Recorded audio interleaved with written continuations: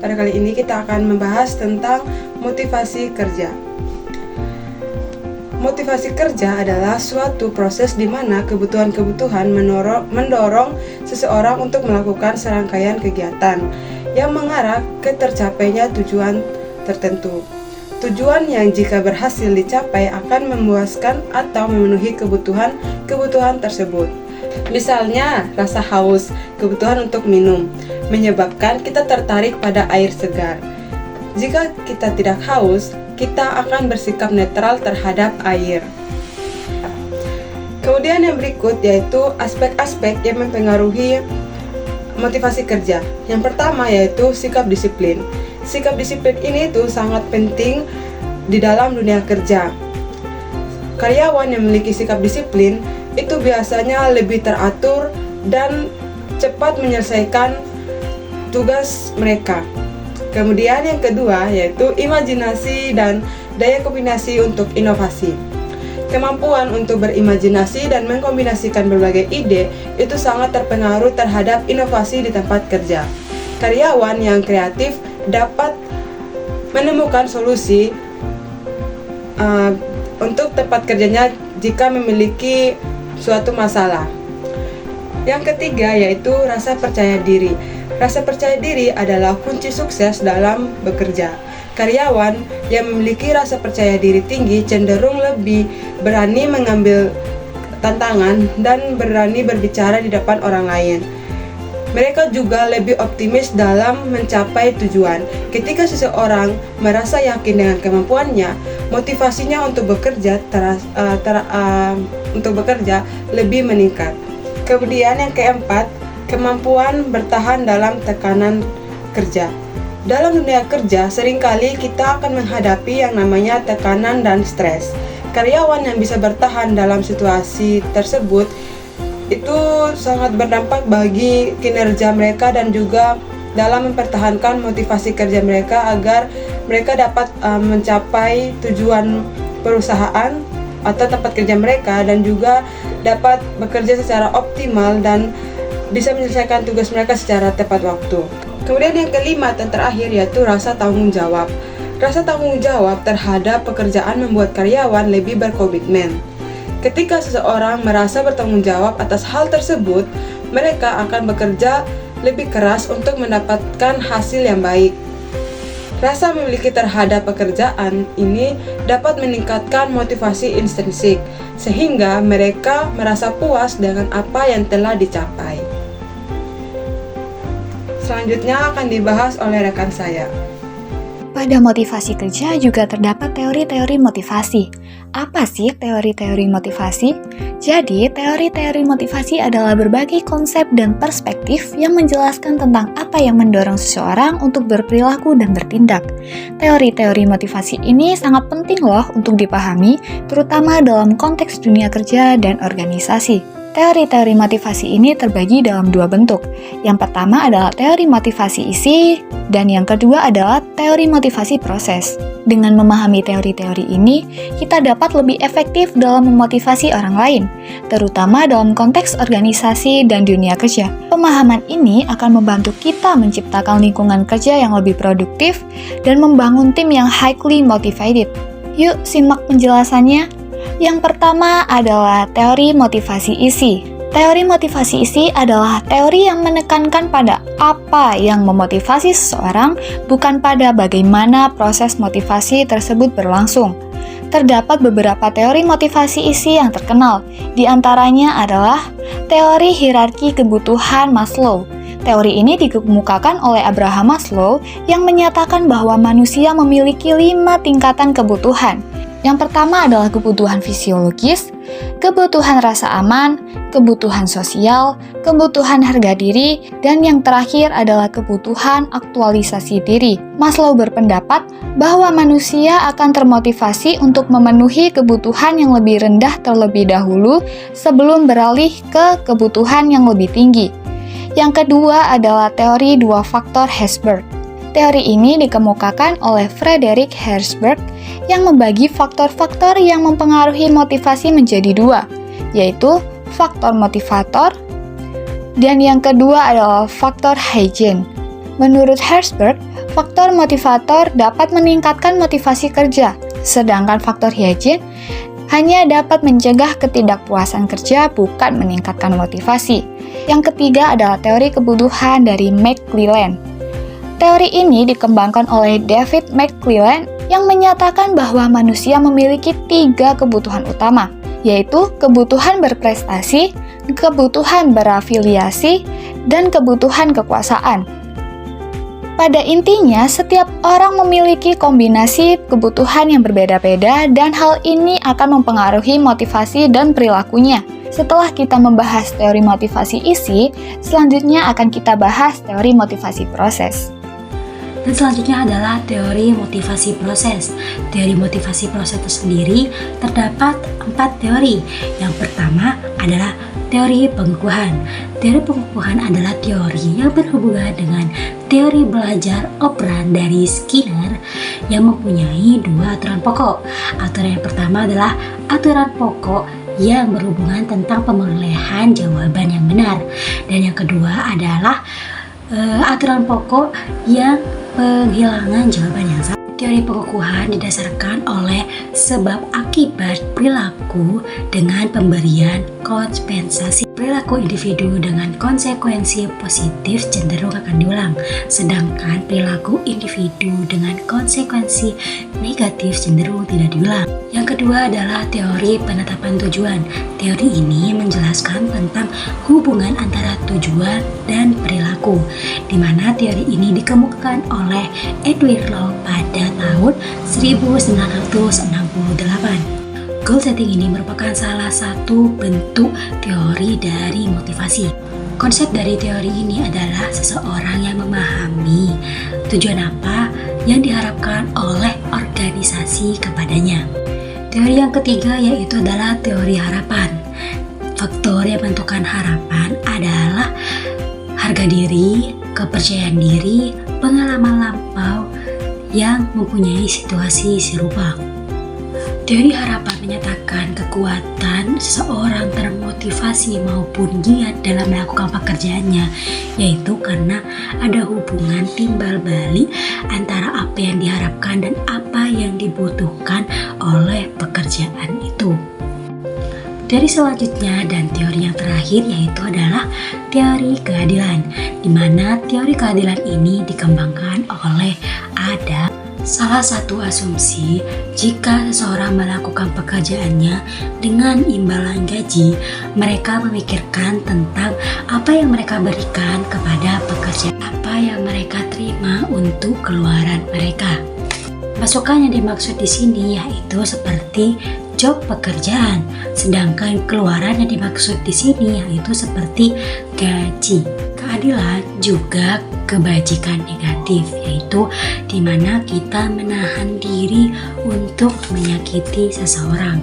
Keadilan juga diartikan sebagai keadilan komutatif, itu kesetaraan, keharmonisan, keseimbangan antara hubungan antara satu pihak dengan pihak lainnya. Halo guys, materi selanjutnya akan Andin yang jelasin ya. Bisa dilihat di PPT yang ada di belakang aku ini. Di sini ada hakikat kerja. Apa sih hakikat kerja itu? Hakikat kerja dalam psikologi industri organisasi adalah studi tentang perilaku manusia di tempat kerja. Fokus utamanya adalah pada motivasi, kinerja, dan kepuasan karyawan. Jadi, aspek yang pertama di sini ada motivasi kerja. Motivasi kerja adalah faktor utama yang mempengaruhi produktivitas dan kepuasan karyawan. Di dalam motivasi ini terdapat 3 teori ya teman-teman. Yang pertama di sini ada teorinya Maslow. Di sini Maslow menyatakan bahwa kebutuhan manusia ini terorganisir dalam hierarki. Jadi hierarkinya ini berbentuk piramid ya guys. Misalkan kalian kepo hierarkinya kayak gimana, kalian bisa searching aja hierarki Maslow, itu di Google banyak ya guys. Dari kebutuhan dasar hingga kebutuhan aktualisasi diri, memenuhi kebutuhan ini dapat meningkatkan motivasi kerja. Selanjutnya yang kedua Yang kedua di sini ada teori dua faktor dari Herzberg, memisahkan faktor motivator dan faktor higienis. Faktor motivator di sini mencakup pencapaian dan pengakuan, sedangkan faktor higienis di sini meliputi gaji dan kondisi kerja. Selanjutnya di sini ada teori keadilan. Teori keadilan di sini menekankan pentingnya persepsi keadilan dalam hubungan kerja. Karyawan merasa termotivasi ketika mereka merasa diperlakukan adil dibandingkan dengan rekan kerja mereka. Oke, di sini selanjutnya kita lanjut ke aspek yang kedua ya teman-teman. Aspek yang kedua di sini adalah perilaku kerja. Jadi perilaku kerja ini meliputi semua tindakan yang dilakukan individu dalam konteks organisasi, termaksud dari perilaku produktivitas yang seperti ukuran hasil kerja yang dicapai dalam waktu tertentu gitu loh guys. Terus ada kepuasan kerja, yang terakhir ada komitmen organisasi. Nah, aspek selanjutnya di sini adalah aspek lingkungan kerja ya teman-teman. Jadi lingkungan kerja ini memiliki dampak yang signifikan terhadap kinerja dan kesejahteraan karyawan.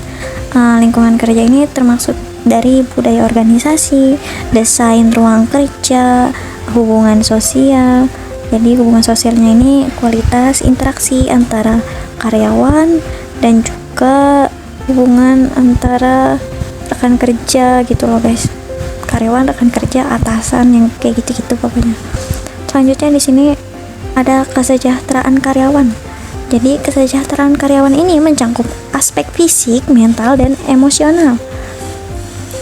Yang pertama di sini ada manajemen stres, yang kedua ada kesehatan mental, dan selanjutnya ada work-life balance. Jadi menciptakan keseimbangan antara pekerjaan dan kehidupan pribadi yang sehat, begitu ya. Jadi itu tuh kayak penting banget untuk kesejahteraan jangka panjang itu. Nah, selanjutnya di sini ada pengembangan karir. Pengembangan karir adalah proses kelanjutan yang membantu individu mengembangkan keterampilan dan mencapai tujuan yang profesional ya teman-teman. Nah, selanjutnya di sini ada pengembangan karir.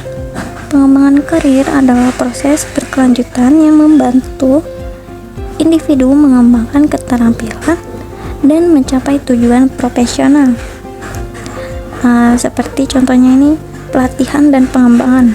Jadi program pelatihan yang dirancang untuk meningkatkan keterampilan dan pengetahuan karyawan. Seperti itu. Pelatihan ini bisa berupa pelatihan formal, mentoring, atau pengalaman belajar langsung. Selanjutnya ada kinerja dan penilaian. Jadi evaluasi kinerja ini penting untuk memahami kontribusi individu terhadap organisasi. Nah, selanjutnya di sini ada dinamika tim. Dinamika tim ini merupakan aspek penting dalam organisasi. Dinamika tim ini termasuk dari komunikasi antar tim, pengambilan keputusan yang seperti itu, dan juga peran dan tanggung jawab setiap anggota timnya. Seperti itu guys. Baik, karena materi hakikat kerja telah selesai, selanjutnya akan dilanjutkan oleh rekan saya. Terima kasih. Kebijakan dan peraturan.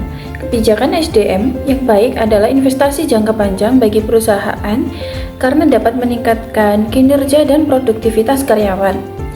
Kebijakan SDM itu terdapat evaluasi kerja, gaji yang adil, pelatihan rekrutmen, kepemimpinan yang baik, dan fasilitas yang memadai.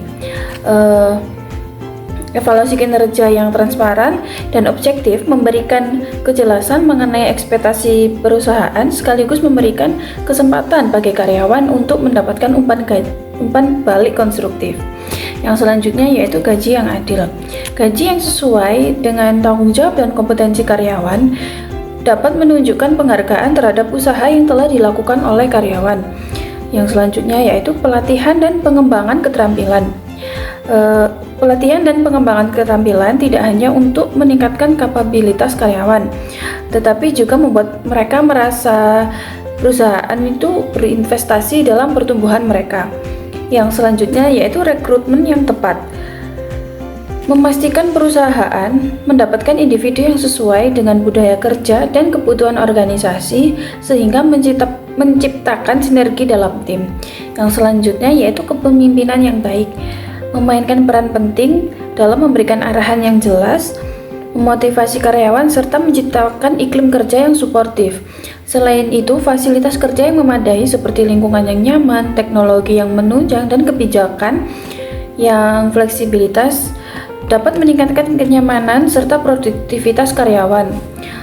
Perusahaan yang mampu menerapkan kebijakan SDM yang efektif dapat menciptakan suasana kerja yang kondusif dan juga membangun hubungan karyawan yang lebih baik serta dapat meningkatkan produktivitas yang lebih tinggi dan loyalitas yang kuat. Assalamualaikum warahmatullahi wabarakatuh. Nama saya Alfat Kusmayuanda dengan NIM 152. Di sini saya akan membahas materi mengenai hubungan motivasi kerja dan kinerja. Apa sih motivasi itu? Jadi motivasi kerja adalah salah satu faktor paling penting dalam menentukan kualitas kinerja seorang karyawan.